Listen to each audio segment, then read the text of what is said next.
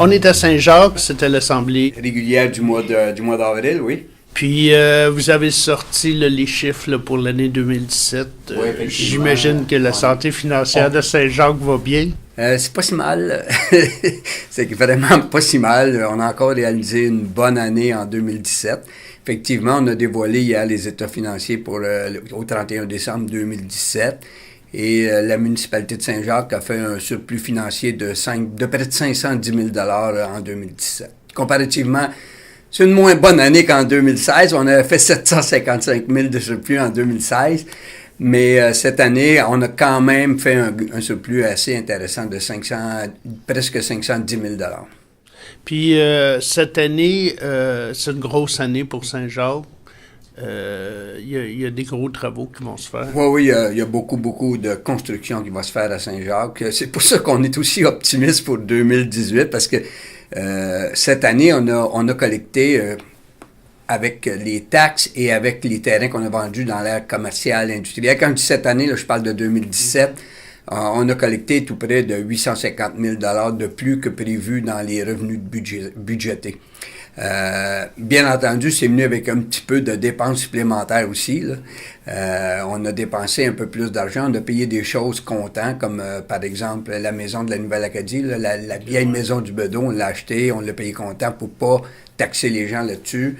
On a acheté une génératrice aussi qu'on a payé comptant. Et on a fait quand on a fait la réfection de la rue Dupuis, on en a profité, étant donné qu'on creusait une partie de la rue Maréchal. Il y avait un bout d'aqueduc là, qui était pas de la même grosseur que le restant du secteur. Donc, on en a profité pour investir un peu d'argent pour remettre tout ça aux normes en même temps.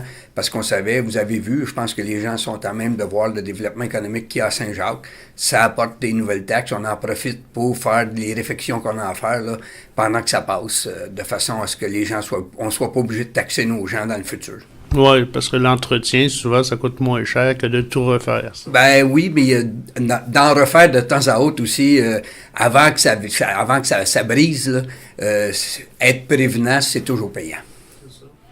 Puis, cette année, je pense qu'il y a aussi l'aqueduc, là, que vous avez des gros travaux qui s'en viennent. Oui, cette année, là, on a eu la confirmation de la subvention pour faire la réfection complète des rues Saint-Joseph et Brault. Donc, la rue Saint-Joseph, le contrat est déjà donné. On va avoir une réunion de démarrage et une réunion avec les citoyens de la rue là, la semaine prochaine.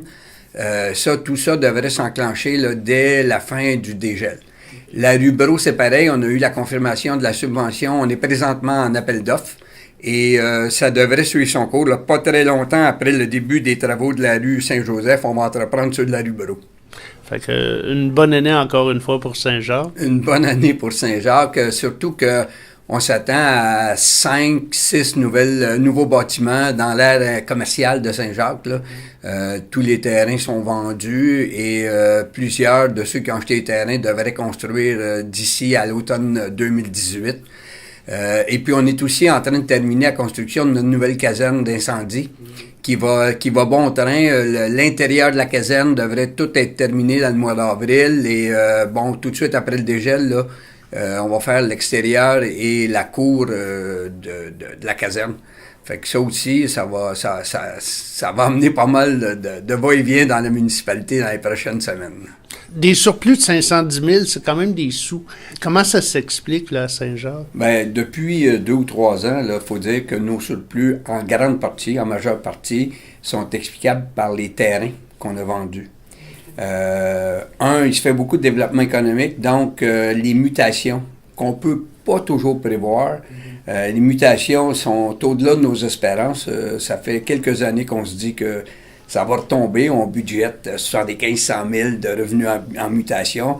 Et puis, ça dépasse largement à chaque année, mais on ne peut pas prévoir d'avance combien de maisons, combien d'entreprises vont se vendre sur le territoire de la municipalité pendant une année.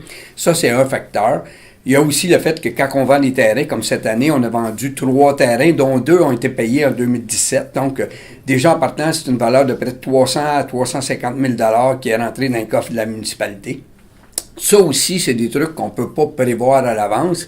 On ne sait jamais. On sait qu'il y a un engouement pour tout le secteur du carrefour giratoire à Saint-Jacques, tout le secteur en bordure de la 158.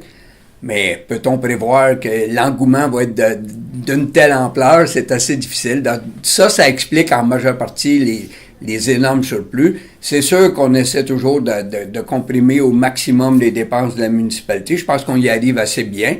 Mais en grande partie, ça s'explique par le développement économique qu'on a présentement à Saint-Jacques.